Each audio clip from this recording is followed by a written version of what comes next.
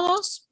Hoy vamos a tener una tarde en la que vamos a hilar parte de por qué aprendimos determinantes sociales de la salud con acciones de promoción y prevención. La idea es que de la revisión y explicación que vamos a hacer hoy, ustedes puedan tener un trabajo de aplicación práctica.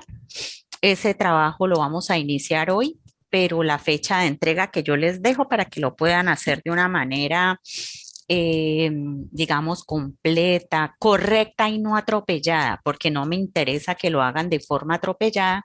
Se los dejo para entrega la próxima semana. Ojo, porque va a ser a las 8 de la mañana el cierre que les voy a dejar en Classroom. Recuerden, por favor, que la próxima semana vamos a estar teniendo ya el parcial. El parcial, pues, entrará todo lo que aparezca en Classroom, más algo que les voy a subir ahorita, que son los capítulos, ya les digo, que incluso eso lo van a leer también para la elaboración de este taller. Igual les colocaré ahí en Classroom los capítulos del mismo libro que hemos manejado de Eureka, del Salud Pública, Manual de Epidemiología y Salud Pública para grados en Ciencias de la Salud, la sección 4, Estrategias de Salud Pública, capítulo 46 y 48. El 46 nos habla de promoción de la salud, cómo actuar sobre los determinantes de la salud y cribado, detección precoz de la enfermedad, es el capítulo 48. Bueno, ¿qué tenemos ahora? ¿Qué tenemos ahora? Vamos a admitir a estos chicos. Un segundo. Un segundo que nos están entrando más chicos.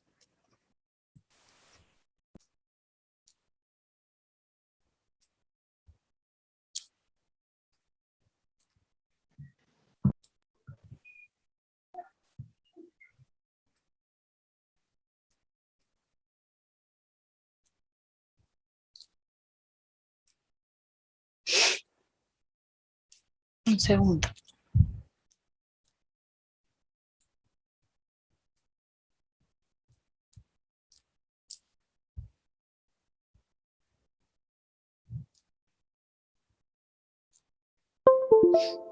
Bueno, creo que ya están todos, ¿cierto? Me falta un chico. ¿Quién me falta? Me faltan dos estudiantes. Hola, profe, buenas tardes. Hola, Girley. Profe, falta la compañera Jessica porque pues a ella se le fue el internet hace como una hora aproximadamente. Ella me Ok, dijo que si regresa, pues ella se conecta y que si no, pues le va a redactar igualmente la excusa para sí, que quede en su correo. ok. La idea que estén, ¿cuál es? O sea, yo es que trabajo, la idea no fue ponerlo, lo pude haber subido en Classroom y háganlo, sino yo quería tener este momento de explicación para que ustedes entiendan qué es lo que van a hacer, la orientación de cómo lo van a hacer, eh, y lo puedan aplicar de la mejor manera. Bueno, entonces vamos a empezar con una presentación que les tengo para que podamos compartir y hablemos de rol en salud pública.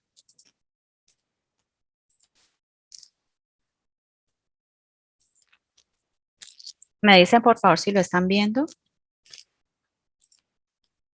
Ay, perdón.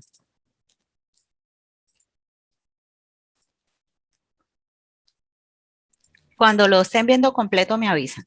Ya, profe. Ya, profe. Bueno, nosotros habíamos hablado de todo esto ya, ¿no?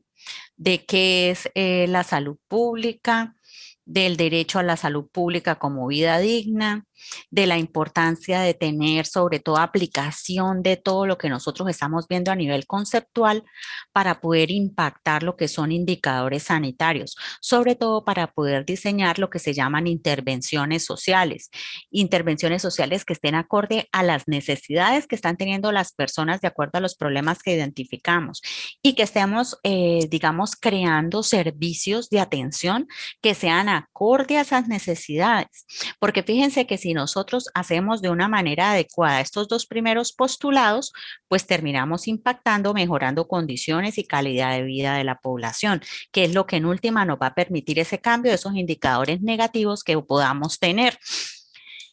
Para esto nosotros vamos a estar desarrollando en la tarde de hoy el concepto de promoción de la salud el concepto de prevención de la enfermedad y el concepto de historia natural de la enfermedad. Eso lo vamos a desarrollar esta tarde. Promoción de la salud, prevención de la enfermedad e historia natural de la enfermedad. Claro que para poder desarrollar esos necesitábamos entender y comprender qué eran los determinantes sociales de la salud, porque es trabajando sobre estos que nosotros hacemos las estrategias de promoción de la salud principalmente y que comprendemos cómo yo al propiciarle a las personas mejores condiciones para que ellos crezcan, se desarrollen y tengan un entorno saludable, pues no van a tener una serie de patologías. Por eso era que hacíamos énfasis en las clases anteriores en los determinantes sociales, pero ya en este momento vamos a empezar a hacer aplicación de esos determinantes sociales ya en el terreno del trabajo en campo dentro del sector salud. Esto de la red causal lo voy a saltar un momento porque me quiero concentrar en esto. Quiero concentrarme en esto porque tenemos un concepto que se llama historia natural de la enfermedad. Ese concepto que se llama historia natural de la enfermedad, para quienes me están prestando atención, por favor, tomen nota del libro de Fundamentos de Epidemiología en el capítulo 1. Ese libro creo que ya lo puse y si no lo puse lo pondré, pero estoy casi segura que sí lo puse ya. Y si me equivoqué me disculpan. Y de ese capítulo 1, el ítem 3 habla de historia natural de la enfermedad. Y esa historia natural de la enfermedad es todo aquello que sucede cuando están todas las condiciones para que una patología se desarrolle y siga su curso sin ningún tipo de intervención. Generalmente cuando nosotros vemos ya las manifestaciones clínicas o incluso las secuelas de una enfermedad, que es lo que es la punta del iceberg, ha pasado un periodo considerable a través del cual esa patología, ese evento, esa enfermedad se desarrolló. Esto que yo termino viendo acá como un problema de enfermedad, como un problema, por ejemplo, de un daño renal, como un infarto agudo de miocardio, incluso como un efecto de violencia, tuvo una génesis que tuvo un largo periodo de tiempo recorrido. Por eso cuando nosotros hablamos en la historia natural de la enfermedad, empezamos a entender que lo principal cuando estamos estudiando la patología es entender cómo puedo yo identificar acá los primeros cambios, incluso antes de los primeros cambios. ¿Cuáles son las condiciones que ya conocemos me van a generar ese tipo de patología? Fíjense que en las que veíamos anteriores y en los documentos que leímos, ya no nos centrábamos tanto en el estudio de las causas como tal de mortalidad, sino en aquellas acciones como tabaquismo y otras que ya sabemos que nos generan las patologías. Es esa identificación de ese tipo de ambientes y ese reconocimiento de lo que la medicina en la evidencia y sobre todo en todo lo que son los modelos de salud pública de tipo de medicina social nos vienen diciendo. Si usted tiene unas comunidades que tenga, por ejemplo, algunas necesidades básicas insatisfechas, tiene la probabilidad de desarrollar X cantidad de patologías. Entonces, cuando yo entiendo que si yo tengo unos individuos con unos determinantes sociales de la salud afectados, que están generándome condición de riesgo y de vulneración en esa comunidad, yo voy a tener un desarrollo de esa patología o de otras que esas mismas causas propicien también su génesis. Y vamos a tener acá un periodo de latencia, un periodo subclínico, donde ya habrán manifestaciones y cambios, y un periodo ya florido en el que la patología se va a manifestar. Lo que busca hoy en día la medicina es que yo pues trate al que ya me llegó de forma tardía porque igual yo tengo que darle una respuesta. Pero el foco lo que busca es que los profesionales de la salud y en especial el profesional de medicina y el profesional de enfermería tengan desarrollado de forma fuerte la clara acción y desarrollo de competencias que hagan que ellos tengan un componente muy fuerte en prevención primaria, en donde ellos entiendan que las exposiciones a determinadas situaciones, condiciones, factores de riesgo, determinantes sociales de salud que llevan a vulneración, van a generar patologías, porque es que nosotros estamos acostumbrados por la forma del modelo biomédico que imperó por tanto tiempo, es a tratar casi que al paciente en la fase clínica. Esto es lo que históricamente nosotros estamos acostumbrados a hacer, a que nos llega el paciente, identificamos a través del análisis y la interpretación de signos y síntomas, hacemos diagnósticos diferenciales, establecemos y confirmamos un diagnóstico y listo. Y esto estuvo bien por mucho tiempo, pero la Federación Médica Mundial y todos los que son las academias científicas que agremian a nivel mundial nuestro quehacer, nos piden que tengamos competencias desarrolladas en este aspecto, en donde tengamos la capacidad de identificar cuáles son las condiciones que me generan ausencia o disminución bastante considerable para que una enfermedad se presente. ¿Cómo cuando empiezan los primeros factores de la enfermedad, yo empiezo a establecer, tengo que empezar a mirar entonces si este paciente ya va a empezar en una etapa prepatogénica? Y en esa etapa prepatogénica, que está antes que se manifiesten de forma subclínica la patología y que empiece a desarrollar, yo puedo saber, listo, esta exposición me está generando ya una prepatogenia. Y cómo cuando ya empieza a aparecer la enfermedad, pero no se ha desarrollado, es decir, me empiezan a aparecer los primeros cambios. Para colocar un ejemplo, en la fase de exposición, por ejemplo, tengo población pobre, vulnerable, con alto consumo de carbohidratos, ingesta de grasas, sedentarismo. Historia también de antecedentes familiares, por ejemplo, en diabetes mellitus.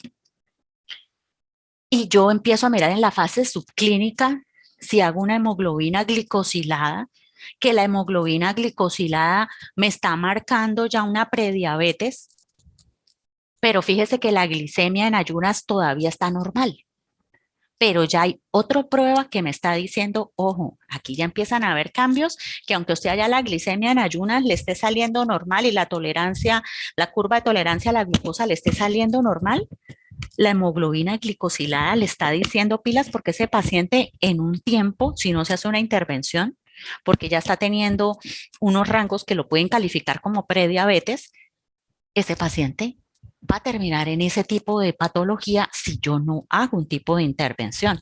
Entonces, fíjese que es importante el conocimiento de esos momentos en los que la enfermedad va avanzando, va cambiando, para que yo tenga acciones efectivas que lo contrarresten.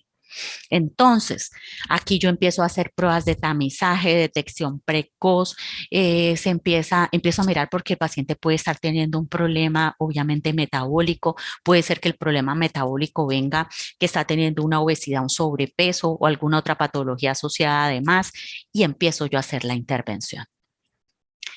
Entonces, empezamos a mirar que en esa etapa prodrómica,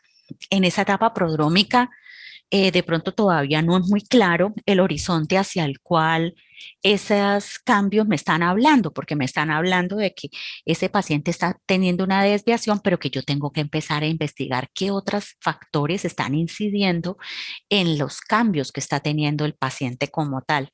Y en la medida que empezamos a apoyarnos de exámenes clínicos y otros más complementarios, pues empezamos y establecemos un diagnóstico para saber un plan de acción. ¿Qué es lo importante? Que cada una de estas fases yo puedo hacer acciones o de prevención primaria, de prevención secundaria o de prevención terciaria. Entonces, como veremos, obviamente el ideal es que nosotros logremos contrarrestar la enfermedad incluso antes que empiece la manifestación de cambios ligeros en la misma, mucho más evitando todo lo que son signos, síntomas y secuelas ya tardíos. Pero para todos hay alguna prevención que yo puedo hacer. Ahora les quiero mostrar, hay algo que yo conceptualmente necesito que ustedes me dicen si lo están viendo. Sí, ¿Lo están viendo? sí, profe. Sí, señora. Pero a ver si lo puedo poner un poquito más grande.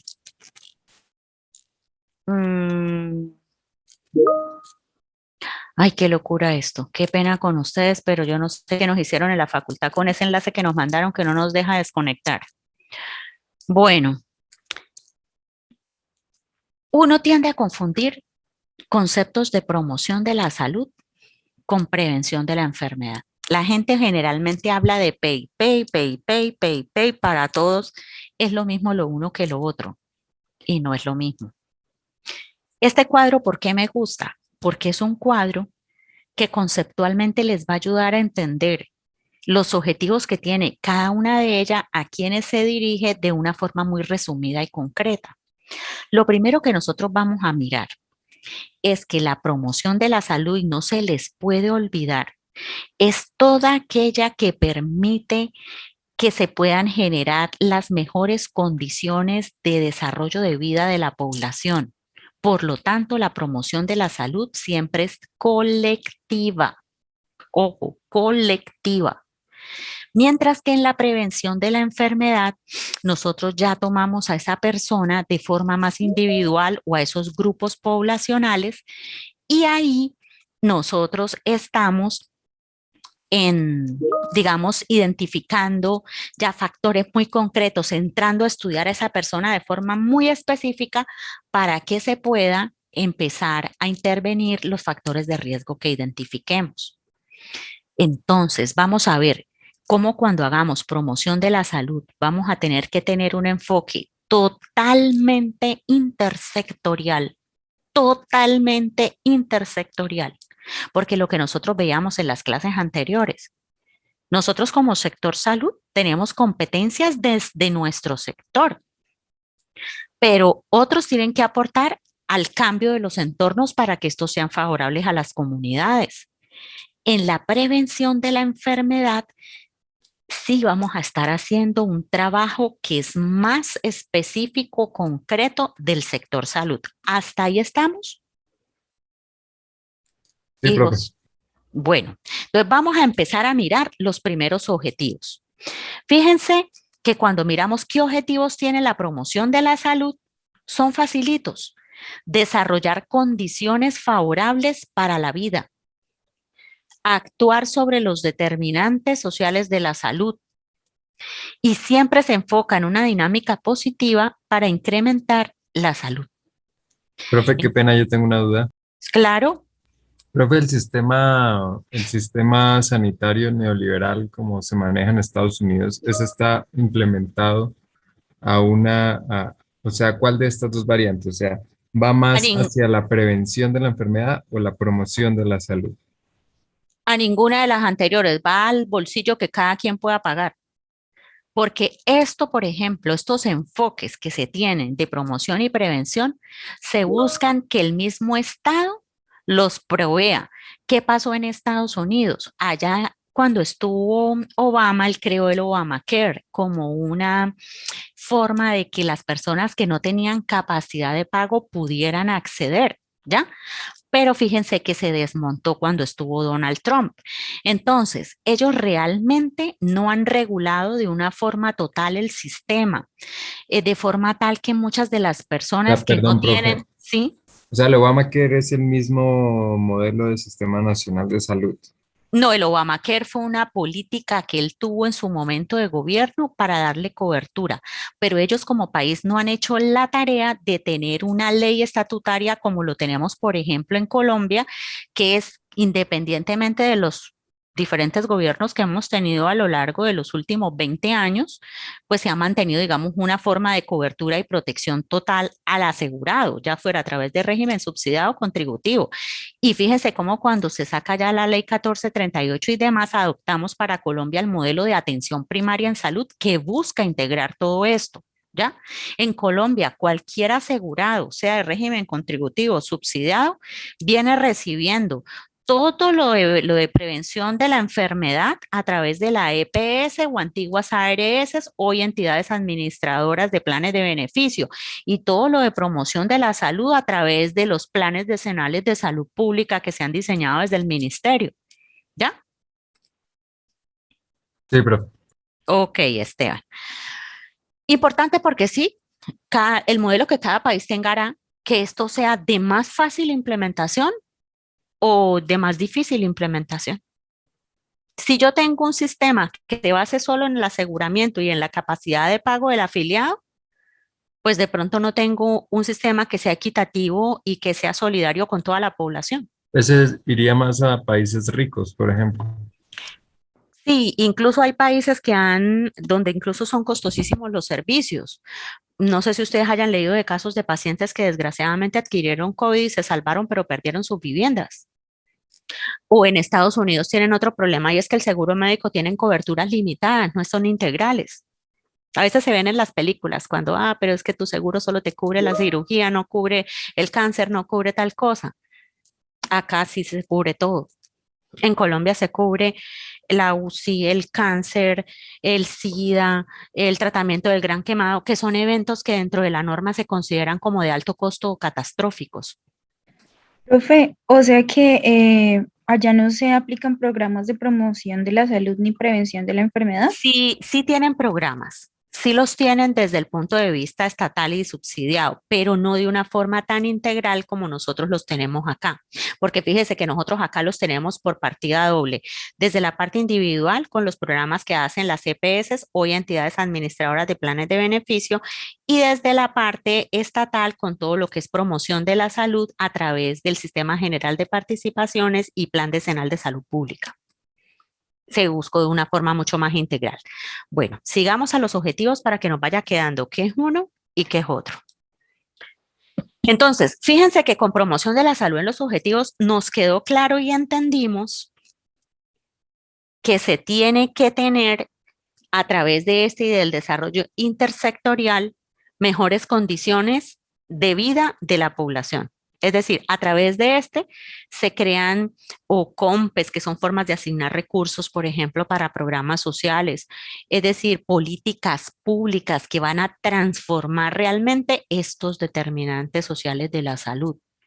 Entonces, muchas de esas políticas públicas que conocemos, que Familias en Acción, que el PAE, que, bueno, con todo, no quiero hablar de la parte negativa, quiero que en este momento nos concentremos en cuando se crearon, hacia dónde es que apuntan. Otro problema que tenemos y que no lo desconozco es como colombianos, como que todo lo que creamos le buscamos la comba al palo, cómo nos metemos, cómo le hacemos y más los que los administran. No estoy hablando del deber ser. ¿Y por qué del deber ser? Porque resulta que nosotros nunca antes en Colombia habíamos tenido tantísimos recursos dentro del sistema. Si ustedes se compararan cuáles eran la cantidad de recursos que tenía el sistema años atrás, eran inferiores. Eran inferiores, pero ahorita tenemos que hacer un uso adecuado de estos y les toca a ustedes la fibra como futuros profesionales ya. ¿Por qué? Porque uno está viendo cómo cada vez más estas cosas se desconocen y se tienen que dejar, como quien dice, se dejan de lado facturaciones, se dejan de lado programas, o sea, muchas cosas que no tienen por qué ser. Yo con tristeza he visto, por ejemplo, como últimamente, como creen que esto no factura, entonces no lo miran. Y al no mirar lo que se generan, pues todas las condiciones para que después la población llegue en situación complicada. Un segundo, un segundo.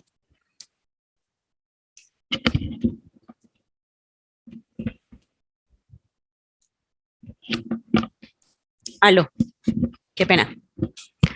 Entonces, se crean condiciones que que no permiten el impacto real de los indicadores. Ahora, esto, esto es lo que se hace en todos los programas de gobierno articulado cuando se hace el componente de salud. ¿Y de dónde sale? De los diagnósticos de necesidad sentida de las comunidades. Entonces, si se empieza a tener, por ejemplo, para eso es importante cuando vean epidemiología que la articulen con esto, porque ustedes tienen que empezar a integrar todos los indicadores que están teniendo sobre las poblaciones a las que ustedes están atendiendo o sobre las regiones en las que ustedes están trabajando para que esas necesidades sean las que sean incluidas en esos planes de desarrollo. Si esas necesidades no quedan incluidas en los planes de desarrollo municipales, departamentales, pues quedan sin recursos para ustedes poder diseñar este tipo de programas. ¿Sí ven la importancia? Entonces, a veces pasa que de pronto, por ejemplo, necesidades grandes como poblaciones, por ejemplo, con pobre acueducto, con pobre alcantarillado, cuando se trabajan en esas construcciones, no se dimensiona que se tiene que trabajar en enfoques que impacten esto y uno termina viendo planes como por ejemplo capacitaciones para lavado de manos, capacitaciones para la identificación de la diarrea, capacitaciones a los usuarios para, qué sé yo, saber ver hervir el agua. ¿Y será que la solución de base es esa o es que la tengan potable disponible? Porque en las capacitaciones no es el mismo impacto a que si yo ya les hago que llegue el agua potabilizada. Y las capacitaciones pueden ser para que yo contrate a X, Y o Z y vaya y haga cualquier charla y diga, listo, ya las cumplí. Y el indicador de impacto real, ¿dónde se queda?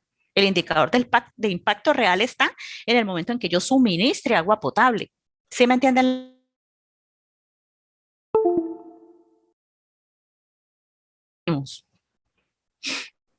Profe, ¿será que me puede repetir esa Profe, partecita profe, un momento?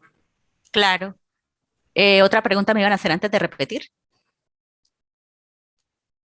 Alguien que me decía, no, profe. sino que quería como confirmar, yo como que tuve noción, o sea, lo que usted nos comentaba básicamente era que el impacto real era solucionar el problema y la capacitación era más como darle solución al problema, más no es una solución total porque no se cumple como tal lo Claro, que es.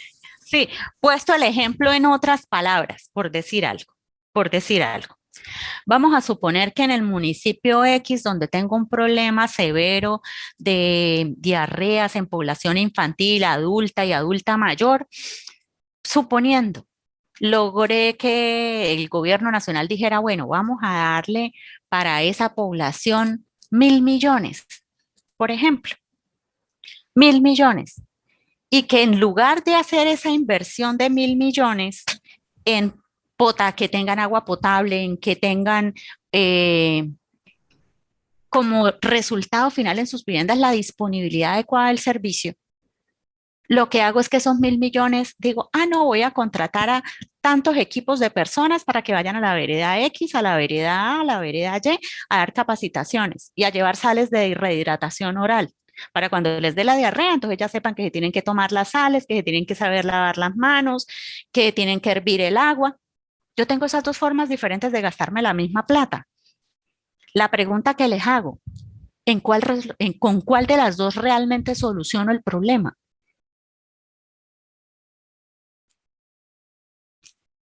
Con prevención, ¿no, profe?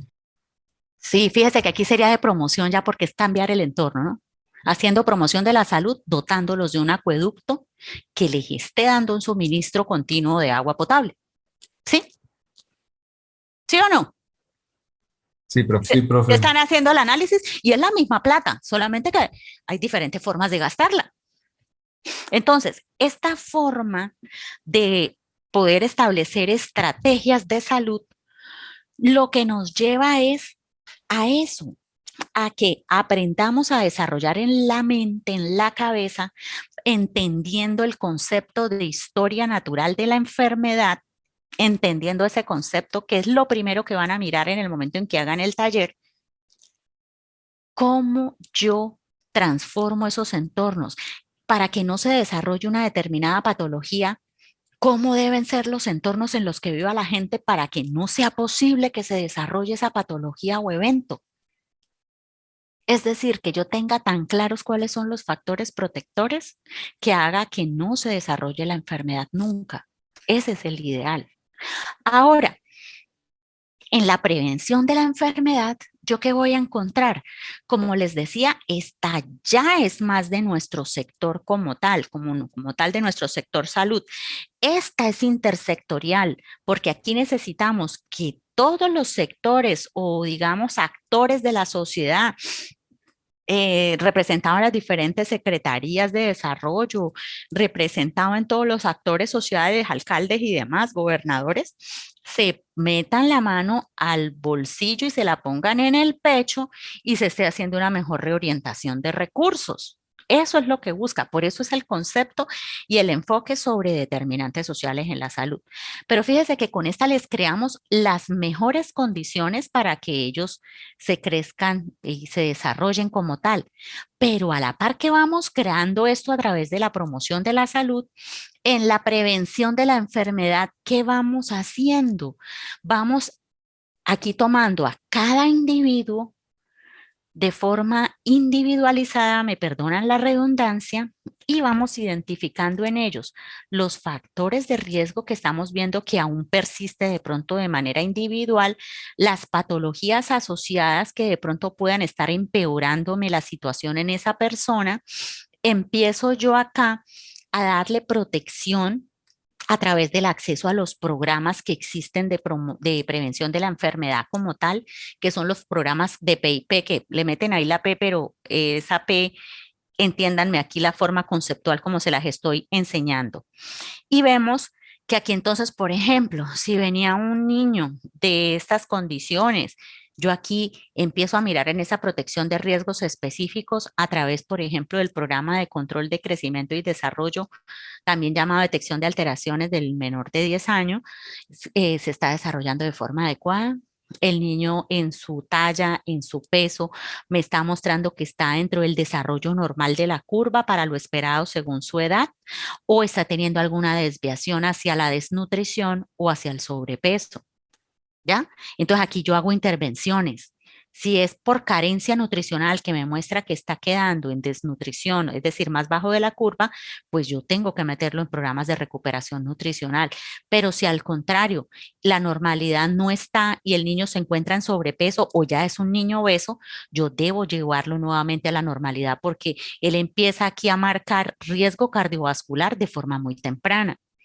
Igualmente a ese mismo niño, yo entonces le hago, por ejemplo, mediciones de agudeza visual, que es otro programa a los que él tiene acceso derecho y está pago y está dentro de su plan de beneficios que le da la entidad administradora de plan de beneficios a la que se encuentre asegurado. Entonces yo miro su agudeza visual. ¿Está bien? ¿Necesita lentes? Y se los formulan. Miro su salud oral, sus dientes. ¿Están sanos? ¿Están cariados? Si están cariados, esos niños tienen que tener su tratamiento, tienen que tener educación en la higiene, tengo que hacer algunas medidas profilácticas también en ese momento, el odontólogo los hace porque ellos también trabajan de la mano con nosotros en estos paquetes y hace la intervención. Si el niño, por el contrario, todavía tiene una salud oral adecuada porque ha tenido cuidado en casa, igual se le aplican sellantes, se le aplica flúor para que sus piezas dentales sigan conservadas. Entonces, fíjense que en la prevención de la enfermedad, yo ejecuto una serie de procedimientos, actividades e intervenciones a través de los cuales busco dar incluso una protección adicional a esa persona, adicional a lo que le estamos dando acá. ¿Sí lo ven? Profe, Y es, señora. qué pena. Profe, entonces, por ejemplo, un ejemplo de un programa de prevención de la enfermedad sería el Programa Integral de la Salud del Adolescente. Sí, Y uno de promoción de la salud sería el PAE, ¿podría ser? sí, señora, totalmente, exactamente, muy bien. Y fíjese que acá en la prevención de la enfermedad siempre nos enfocamos a reducir o eliminar factores de riesgo de una o más enfermedades. Pongamos otro ejemplo para que lo entendamos. En promoción de la salud, el que, por ejemplo, tengamos programas que estén brindando una política pública, por ejemplo, para eliminar el embarazo adolescente. Acá podemos tener como política pública. Y fíjese que como es una política pública, está, por ejemplo, direccionada para que sea desarrollada en los colegios y las escuelas por parte del Ministerio de Educación, por ejemplo, que la lidere, a través de las cuales se promuevan el proyecto de vida a los estudiantes, a través de los cuales se busque como que ellos encuentren eh, todo ese desarrollo desde la componente humano y personal que ellos quieren.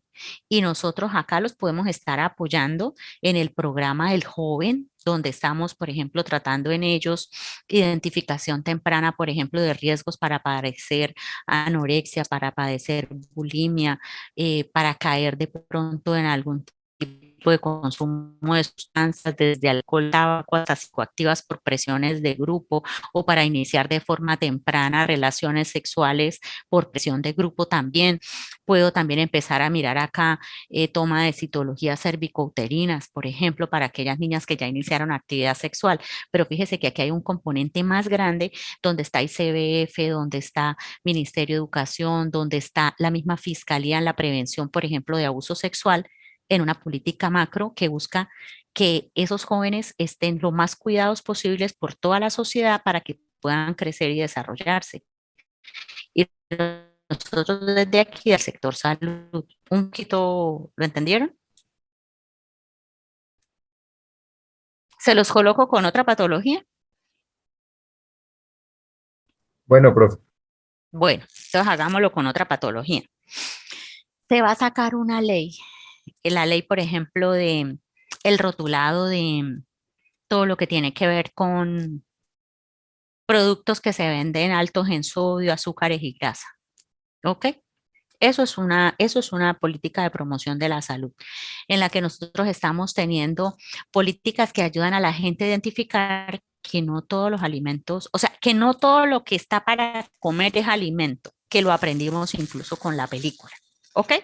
Entonces, fíjense que aquí se puede hacer un trabajo también a través del cual se le ayuda a la gente a que tenga una mayor conceptualización de qué es una dieta sana, cuáles son los alimentos que son saludables, cómo influyen las bebidas azucaradas y todos los alimentos procesados en lo que es el cuerpo humano, cómo enlentecen el metabolismo, cómo me empiezan a generar daños, aumentando glicemias y aumentando concentraciones de lípidos, incluso a nivel intravascular, el impacto que tiene también la actividad física en la adecuada salud, eh, los daños que genera el tabaquismo, todo esto que son, digamos, estilos de vida saludables, yo los puedo hacer acá desde un componente de educación para la salud.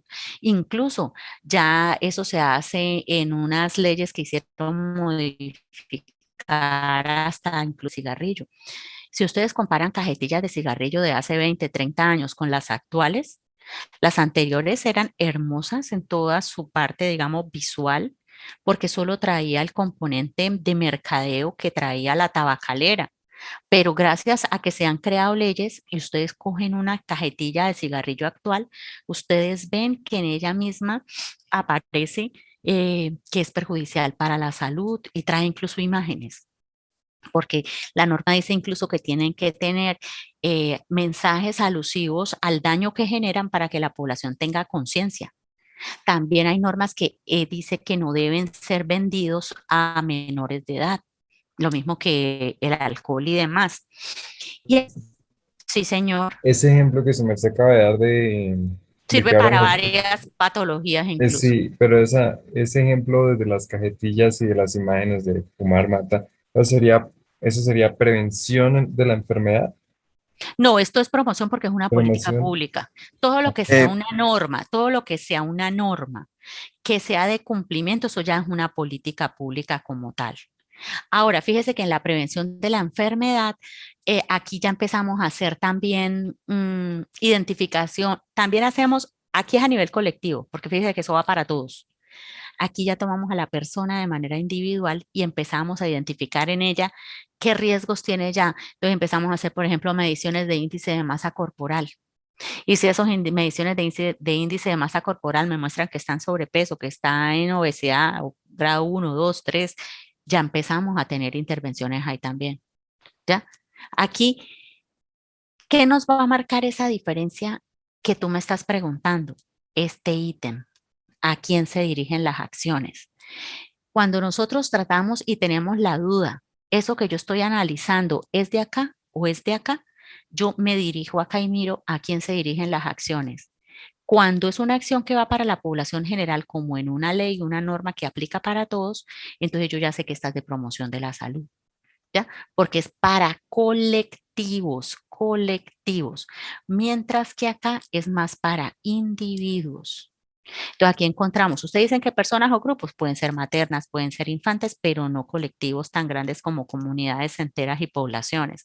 Y personas, individuos a los que yo estoy teniendo en mi consulta para hacer un proceso de valoración e identificación de aquellos factores de riesgo que les pueden estar presentes o potenciales que le pueden estar generando complicaciones y muertes. Esto es lo que te va a ayudar a hacer esa diferencia. ¿Listo? Profe, Sí, Alger. tengo una pregunta. O sea, Claro. no sé si bueno, yo lo veo un poquito así, pero, o sea, la promoción en salud, la prevención primaria en salud no podría ser también promoción. Sí, señor. Por, ¿sí? Sí, señor. Porque son muy Sí, parecidas. sí, señor. Eso ya lo iba yo a explicar acá en los componentes, porque todos los componentes que son de prevención primaria son los mismos que yo encuentro acá. Ah, es que ahí yo tenía como el enredo porque no les encontré, o sea, me parecen muy similares. Sí, sí, sí, sí. Lo que pasa es que acá los meten en este paquete para que no olvidemos que los tres digamos, se complementan los unos con los otros. Pero lo que yo tenga acá como diseño de medicina, la evidencia de prevención primaria, lo puedo encontrar acá también. Listo, profe. ¿Cuál es la diferencia? Que esa prevención primaria, cuando yo la encuentro acá, usted la encuentra redactada para una persona, mientras que cuando la encuentra acá, está redactada para colectivos. Esa es la diferencia, Alger. Listo, profe. Ok. Bueno, entonces, fíjense que acá el concepto de salud que se tiene es un concepto de salud en donde la salud es entendida como el derecho, como un derecho humano, y por ser entendida como un derecho humano y que es indispensable para el desarrollo social y económico, es que se generan toda esa serie de políticas y de condiciones para que las personas puedan hacer efectivo el derecho. Acá nosotros vamos haciendo el estudio del proceso de salud-enfermedad con énfasis en causalidad, que es el análisis que hacemos. Para efectos del trabajo que van a hacer, el concepto de prevención primaria lo tendremos desde los colectivos, ¿no? Bueno, en cuanto a los componentes, nosotros acá vamos a tener componentes, ojo, construcción de política pública saludable. Entonces, en el tema, por ejemplo, que yo esté mirando, por decir, vamos a mirar cáncer de pulmón. En cáncer de pulmón, en promoción de la salud que ha establecido mi país, hay normas antitabaco. Nos hemos adherido al documento Manpower, que es un documento que está de guía para los estados, en donde se regule, digamos, se contrarreste de forma total la exposición Profe, al humo, porque, ojo, antecitos de que te dé la palabra, hoy en día la tolerancia es cero, la tolerancia al tabaco es cero. En el pasado se permitían que existieran espacios para fumadores y para no fumadores. Desde el 2009, la política mundial es cero, tolerancia cero, por ejemplo, para tabaco. La pregunta que me ibas a hacer. profe, sí, es que quería preguntarle que desde cuándo se puso la ley que en espacios cerrados en Colombia ya no se permitía el uso del Creo que ya, tabaco. sí, Sí, eso sí. internacionalmente sale desde 2009 con aplicación inmediata para todos, porque ya no es como antes que se permitían, y ustedes antes, no sé si alcancen a recordar, tal vez estaban muy chiquitos, pero se permitía espacios para fumadores y para no fumadores. Hoy en día no. Hoy en día no, porque es tan amplio la documentación que existe para todo lo que es el daño que genera el humo pasivo, que no es posible poder, es decir, es tanto el acúmulo de evidencia que ni siquiera teniendo un espacio aparte voy a tener posibilidad de que los otros se afecten y por eso la norma actual es tolerancia cero. ¿Ok? Entonces, fíjense que yo empiezo a mirar un evento cualquiera. Miremos diabetes. Y fíjense que cuando empezamos a mirar como construcción de política pública como tal, nosotros en Colombia hasta ahora estamos en pañales. Porque cuántas vueltas le hemos dado, por ejemplo, a la norma de rotulado, por ejemplo, de alimentos, que esa la podemos citar, ¿ya? Si vamos a mirar en violencia de género, hay normas ya un poco con algún tiempo. Lo tenaz es que todas, bueno, incluso en violencia de género, la primera está del 2008 en adelante hay normatividad que muestra cambio. Porque es que esas normas, esa creación de normas sobre cualquier evento específico que afecta a una comunidad, eh, le da los dientes para que se den las transformaciones. En el ejemplo, por ejemplo, de violencia de género. En violencia de género, antes del año 2000, casi que a la mujer la podían matar en un momento de intensa ira y dolor, por celos, por lo que fuera, y no, el Código Penal, digamos, no lo penalizaba como tal. Eso empezó a cambiar a raíz de la información que se empieza a documentar desde que la misma OMS, por solicitud de muchos movimientos de feministas de la década de los 80 y muchas grandes que empezaron a evidenciar que la principal causa de muerte en la mujer a nivel de muchos países era su condición de mujer y su condición en salud sexual y reproductiva. Y ellos se empiezan a documentar en diferentes partes y efectivamente esas son las principales causas de enfermedad y muerte en la mujer cuando está en su edad reproductiva o incluso siendo niña. Entonces, se empieza a ver que aquí hay un problema, o sea, hay un problema de abuso sexual, hay un problema de embarazo precoz, hay un problema de complicaciones asociadas al embarazo cuando este se da en edades adolescentes. Una niña que se embarace antes de los 16 años tiene 6 veces más probabilidad de hacer una hipertensión inducida por el embarazo que una mujer en otra edad. Y se empiezan a generar todos esos indicadores. Entonces, cuando el problema se empieza a cuantificar y a mirar, es imposible que un país no haga nada para generar políticas para aquello. El problema que yo les hablo ahorita, por ejemplo, de violencia de género, se visibilizó tan grande, de pronto algunos chicos aquí recuerden cuando hablábamos del Cairo y de Beijing. ¿Lo recuerdan? Que eso es la conferencia mundial en la década de los 90 hacia el final que dispara todo lo que son los derechos sexuales y reproductivos y empieza a establecer mejores condiciones para vivir y desarrollarse para las mujeres a nivel mundial. Y es por eso que muchos países empiezan a adoptarlas y a hacer cambios normativos internos para que se generen realmente esas condiciones y ellas tengan mejores condiciones de desarrollo. Por eso hay mucha política de apoyo hacia la mujer. Lo primero, empezar a penalizar el feminicidio. Importantísimo que en Colombia, por ejemplo, se incluyó todo lo que es la violencia intrafamiliar y la violencia de género dentro de los eventos de notificación obligatoria en salud pública. Entonces, el hecho de empezar a medir, a cuantificar el problema, empieza a mostrarnos qué tan grande está, en donde tenemos mayores problemas, y empieza a articular eso con los cambios normativos para que las penas aumenten. Entonces, esos cambios y esas regulaciones, fíjese que van permitiendo que ese problema en específico empiece a cambiar. Ahora, acá tendremos otro tipo de prevenciones para esos casos, entonces nosotros estaremos muy pendientes a la búsqueda activa de casos cuando acudan a nosotros, por ejemplo, también a estar atentos a apoyar a los equipos, porque es que muchos de los equipos que se construyen acá para crear entornos saludables necesitan que nosotros lleguemos a ayudarles desde el sector salud a aplicar políticas de entornos saludables. También llegarán desde el sector educación a trabajar en esto, desde otros sectores a trabajar en lo mismo. Por eso es que a veces ustedes lo ven y ven esta prevención primaria acá y la ven acá. Porque acuérdense que este es eminentemente intersectorial. Algo que es muy importante y que vale la pena resaltar es que cuando yo trabajo en promoción de la salud, yo hago un trabajo como muy de la mano con la comunidad. Estoy mano a mano con la comunidad, estoy también empoderándolos. Por eso es que los problemas sobre los que uno trabaja son problemas que salen y surgen de la necesidad sentida de la comunidad, donde la misma comunidad hace parte del diagnóstico, hace parte de la solución. Y cuando montamos un proyecto, un programa que busca intervenir, podemos saber de que una vez hemos finalizado la fase de intervención, nosotros salimos del terreno, pero allá quedan líderes y una comunidad totalmente empoderada y con autodeterminación para poder seguir transformando esa problemática que tenían. Eso es lo que buscan estos programas, que se haga desarrollo de habilidades personales para todos los diferentes eventos en salud que podamos trabajar.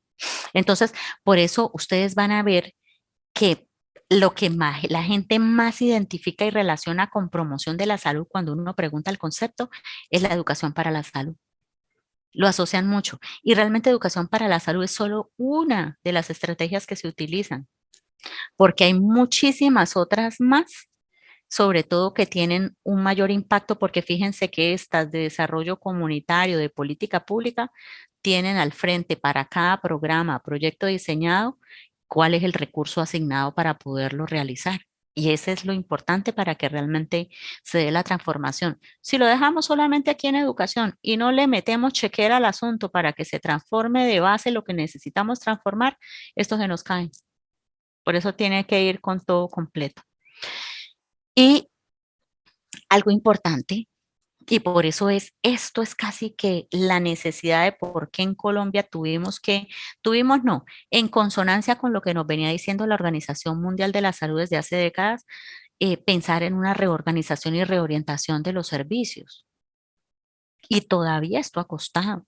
Cuando estudiamos la ley 1438 veremos que ya tiene un tiempo suficiente de haber sido emanada, de paso un poquito tarde para lo que pidió la OMS, pero todavía cuesta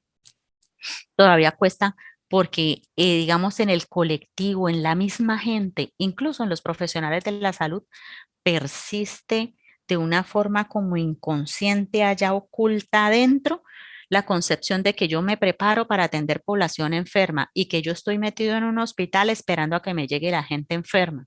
Nos cuesta entender que tenemos que también trabajar acá en la intervención de estos escenarios y participar en todos estos proyectos, programas de desarrollo para transformar esos entornos.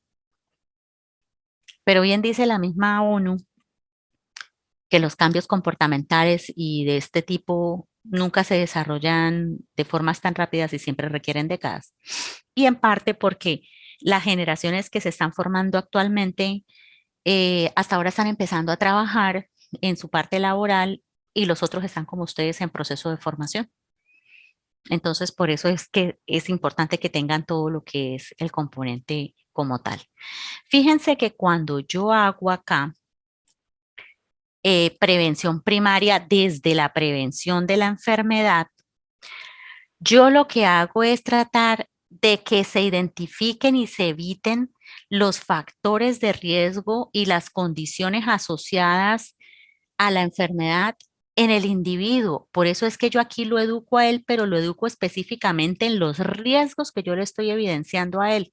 En la prevención primaria, como yo la puedo ver acá, es colectiva, mejoramiento con construcción de políticas públicas y entornos saludables para toda la comunidad.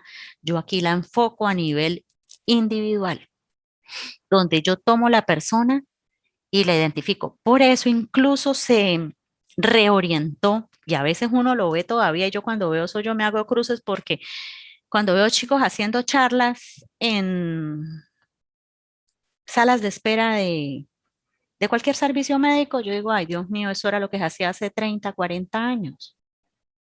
Hoy en día la educación para la salud, cuando nosotros la damos desde el sector salud, lo hacemos es aquí, en el momento con el paciente. Les doy un ejemplo. Estamos en un centro de salud y en ese momento estamos haciendo controles del adulto mayor. Y en nuestra sala de espera se encuentran pues personas que van a acudir a nuestra consulta programadas, obviamente todas adultas mayores. Y en ese momento llegan estudiantes de X carrera, llámese medicina, llámese enfermería, a dar una charla general para ellos. Y los chicos prepararon muy bien su charla y van a dar una charla de sífilis, gonorrea y VIH. ¿Será que en ese momento, y no porque no tengan sexualidad, porque la siguen teniendo, pero cuando yo aquí hablo de educación para la salud, lo que se busca, y eso está desde el año 2000, desde la resolución 412 del año 2000, que ya está derogada y complementada por otras más, digamos, robustas, pero para darles una idea, desde el año 2000 se viene diciendo que la educación se hace a nivel individual en el momento del contacto con el paciente a través de la consulta, programas de control y enfocada en los riesgos que se le están identificando. La pregunta es, ¿el paciente le prestará la misma atención a la charla que yo les estoy diciendo? O si ese paciente entra a mi consulta y yo veo la historia clínica, la revisión de los exámenes, el examen físico que se hizo y yo me doy cuenta que ese paciente va para una hipertensión y una diabetes y yo lo educo exactamente en lo que él ve que está teniendo a través del examen que yo le estoy haciendo, él se da cuenta que él necesita, por su necesidad, por la patología que en ese momento se le está identificando, presta más atención y le es más útil esta que yo le estoy dando de manera individualizada sobre sus propios riesgos. ¿Me comprenden el concepto? Sí, profe. Ok, entonces, por eso, cuando yo empiezo a trabajar acá, en estas estrategias, las dirijo específicamente al individuo que yo estoy valorando, a la gestante que yo estoy valorando, por ejemplo, en donde les empiezo, de acuerdo a los riesgos que le veo, a generarle todos aquellos factores protectores de los que yo más le pueda dotar para evitar que vaya a tener la patología o enfermedad. Estas dos prevenciones, secundarias y terciarias, son muy específicas de nuestro sector, muy específicas. ¿Por qué? Porque yo en la prevención secundaria generalmente hago tamizajes, hago cribados, hago una serie, digamos, de procedimientos a través de los cuales yo procuro identificar si ese paciente está teniendo cambios. Coloquemos el ejemplo. Yo puedo estar, por ejemplo, teniendo una paciente a la que yo quiera eh, identificar, por ejemplo, si la paciente está teniendo alguna alteración de su mucosa cervicouterina producto de su actividad sexual iniciada tempranamente. Y eso lo puedo hacer a través de una citología. Por eso, en muchos de los programas de PIP de las instituciones de salud hay tantos tamizajes. Entonces vemos tamizajes para poder hacer identificación de qué pacientes deben pasar a colposcopia biopsia, porque la citología de por sí no es diagnóstica. Una citología cervicouterina, ¿qué es lo que me dice? Del total de mujeres a las que se les hizo la citología, cuáles son, muestran cambios sugestivos que requieren análisis más profundos, que en este caso es la colposcopia biopsia, para confirmar un diagnóstico de cáncer cervicouterino. Y muchas mujeres piensan que con la citología ya es todo. Y a veces lo peor, se la toman y ni siquiera van a reclamarla. Entonces empezamos a entender de que es todo un proceso que lleva una revisión para que esa paciente, en ella la historia natural de la enfermedad, como es el cáncer cervicouterino, no prosiga su curso, porque cuando un cáncer cervicouterino da manifestaciones, es en etapa muy tardía, muy tardía.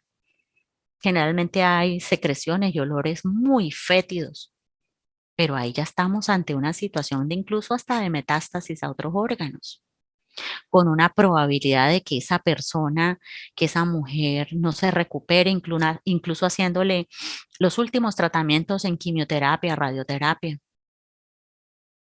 Y la idea es que teniendo algo tan simple como una educación que le pudimos dar de la importancia de ojalá no tener múltiples compañeros sexuales, el uso de condón, porque es muchísimo lo que protege, el hecho de que uno tenga, por ejemplo, una enfermedad de transmisión sexual, ya hace que la misma mucosa sea muchísimo, o sea, se vuelve como más, espere, les digo la palabra más susceptible, pierde como su fuerza y es más fácil invadida, más fácilmente invadida por otro tipo de infecciones como el VIH, por ejemplo, el virus de la inmunodeficiencia. Entonces, si en esa prevención primaria no pude atajar de que tuviera unas conductas sexuales responsables con uso de condón, con controles, me queda hacer prevención secundaria, que es entonces venga y le tomo las citologías y, y a través de las citologías anuales identificar en qué momento se están dando los cambios. Y en últimos, no la pude atajar acá, identifiqué el cáncer ojalá en la etapa más temprana posible. Ojalá en la más temprana y en ese momento pues hacer todas las, digamos, procedimientos e intervenciones relativos a la resolución de la patología, llámese conización, histerectomía, quimioterapia, radioterapia y demás. Vimos el concepto con una enfermedad, ¿cierto? Chicos, ¿se me durmieron? Sí, profe. Ok, gracias. Entonces, aquí vemos que se usan métodos, los métodos, pues más o menos es lo que yo les explicaba. Siempre tiene que haber un componente educativo muy fuerte. A veces como médicos se queda solamente como en el espectro de que mi conducta es diagnóstica, es de remisión, de solicitud de paraclínicos y se les olvida la cuarta, la educativa. El acto médico le va a generar esas cuatro, le debe generar esas cuatro conductas como mínimo. Bueno, con este cuadrito hicimos como esa revisión así grandecita. Ahora, el trabajo que ustedes van a hacer en parejas, que incluso lo pueden empezar a hacer desde ya, va a contemplar, va a contemplar una serie, digamos, de preguntas a través de las cuales ustedes van a hacer aplicación de estos conceptos. Habrán algunas patologías en donde es más fácil identificarlo de colectivos que otras. En ese caso, recomiendo para que el trabajo les quede muy bien, referenciar lo siguiente. Busquen si la patología que a ustedes les tocó está dentro de los eventos de notificación obligatoria cuyos protocolos aparecen en la página www.ins.gov.co. Esa es la página del Instituto Nacional de Salud. Si su tema es de medicina interna, por ejemplo, busque la Harrison. Si su tema es de salud mental, busque qué dice la política de salud mental a nivel nacional y textos de psiquiatría. O sea, ustedes ya son médicos en formación. Ustedes ya tienen que empezar a buscar en textos académicos de medicina. Se va a pedir, me gusta que hagan mínimo 8 búsquedas de literatura y que sea reciente dentro de los últimos 5 años, si es entre los últimos 2 mejor, pero entre los últimos 5 como mínimo, para que ustedes no tengan una única fuente de consulta y una única mirada, sino que tengan 8 y las deben citar. A cada grupo yo le asigné una patología o evento. ¿Cuál es la idea? Entonces, denme un segundito para abrir algo que tengo acá.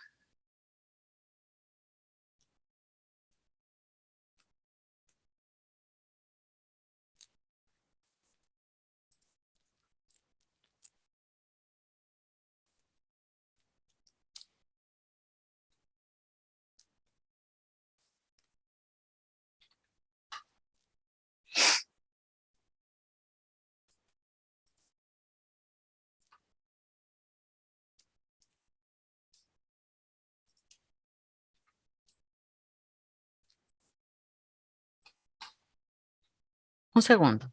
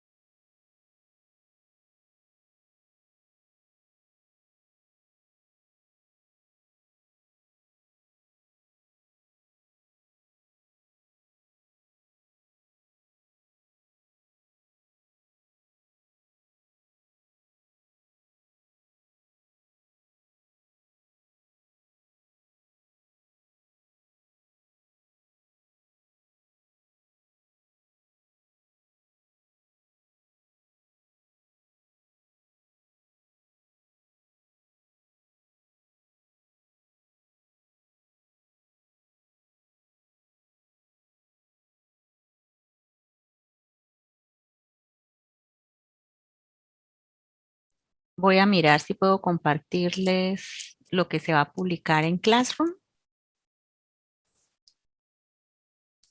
Entonces, ¿lo pueden ver? Sí, señora. Sí, profe. Bueno, ustedes van a encontrar que hay un punto A y un punto B. El punto B tiene unos subítems, pero fíjense que el punto A, que es algo que me importa mucho que revisen, es documentarse en qué es la historia natural de la enfermedad y cómo se explica desde la medicina, para que vayan construyendo ese concepto primero. ¿Listo? Y van a tener ahora en el punto B que realizar descripción detallada y explicación de cada uno de los determinantes sociales de la salud que se constituyen en factores de riesgo para el evento. Entonces, van a tener que empezar para el evento que se dieron, identificar qué determinantes sociales de la salud se constituyen en factores de riesgo. Luego van a hacer una descripción de la enfermedad o el evento, aplicándole cada una de las fases de la historia natural de la enfermedad. Y luego van a hablar de qué acciones de prevención primaria, secundaria y terciaria son recomendadas según la medicina basada en la evidencia. Y descripciones de acciones y funciones de salud pública que puedan ayudar a contrarrestar el evento para mantenerlo controlado. Aquí yo les quiero hacer un énfasis, porque aquí se están contemplando, perdón, qué acciones desde la promoción de la salud y las funciones esenciales de salud pública. ¿Ok? ¿Así está más clarito? Sí, señora. Sí, Fíjese profe. que casi que en los Sí, profe. anteriores cogemos lo de prevención, ¿cierto? Y en este abordamos y revisamos desde la promoción de la salud yo qué puedo hacer y cómo algunas de las funciones esenciales de salud pública me pueden ayudar a revisar cómo va a ayudar a controlar y a vigilar este evento. Y es una manera como empezamos a articular los conceptos pasados traídos y aplicados acá. Las instrucciones están dadas de que la fecha de entrega es para el lunes 20 a las 8 de la mañana. Ojo, en la mañana. Que debe incluir referencias bibliográficas de material consultado, mínimo 8 referencias actualizadas, no mayor a 5 años. Que debe desarrollar el tema o evento que le ha sido asignado. Que cada miembro de la pareja debe erradicar el trabajo en Classroom para el control de la presentación del tiempo, que lo hizo, es decir, que cada quien lo presentó para que quede de una vez, no quede el hueco en Classroom, sino que quedó lo de todos. Y aquí se pueden identificar ustedes en qué tema les tocó. Esto se va a subir a Classroom ahorita apenas yo termine el momento de contacto. ¿Tienen alguna inquietud o duda hasta el momento? Profe, o sea que ambos subimos el trabajo, ¿sí? Sí, señora, ambos lo suben. Ambos lo suben.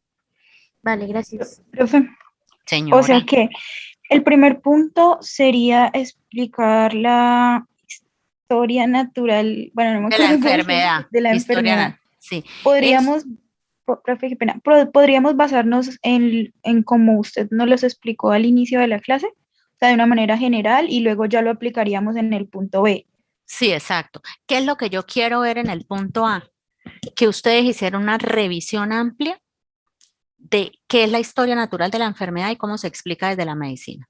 O sea, que lo indagaron, que lo tienen en la cabecita, que no se van a quedar solamente con lo que yo les dije de las hojitas, las 3 hojitas que trae el libro de Fundamentos de Epidemiología de Coleman en el primer capítulo, no, que van a ir más allá, ¿ok? Porque es importante que ustedes entiendan esto para el momento en que desarrollen las acciones de prevención primaria, secundaria y terciaria, ¿ok? Si esto no lo tienen comprendido, les cuesta entender el siguiente punto. Y eso es lo que no quiero que les pase.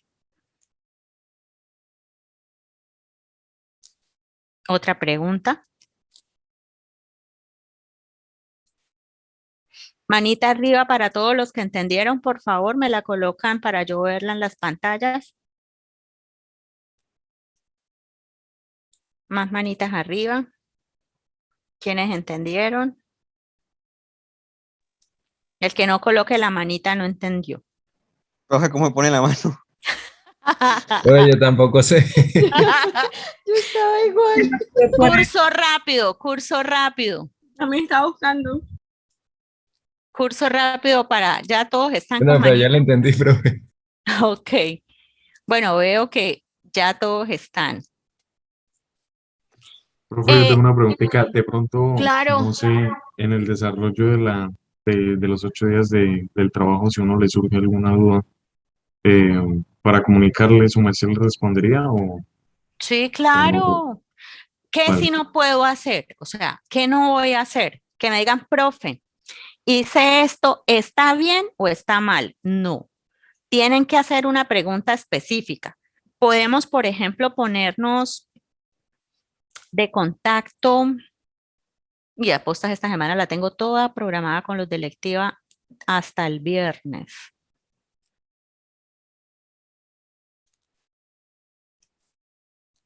Mire, hagamos una cosa, pueden mandarme al correo, pero preguntas concretas, ¿no? Esto está bien, esto está mal para que yo se los responda, no. Preguntas muy concretas de algo que no entiendan y con mucho gusto yo se las resuelvo. Tiempo máximo, eso quiere decir, después de este miércoles, hoy estamos a 13, después del miércoles 15 a las 10 de la mañana, no, a las 8 de la mañana, para yo sentarme en la mañana a contestar. Después del miércoles 15, si su correo llegó después de las 8 de la mañana, no lo contesto.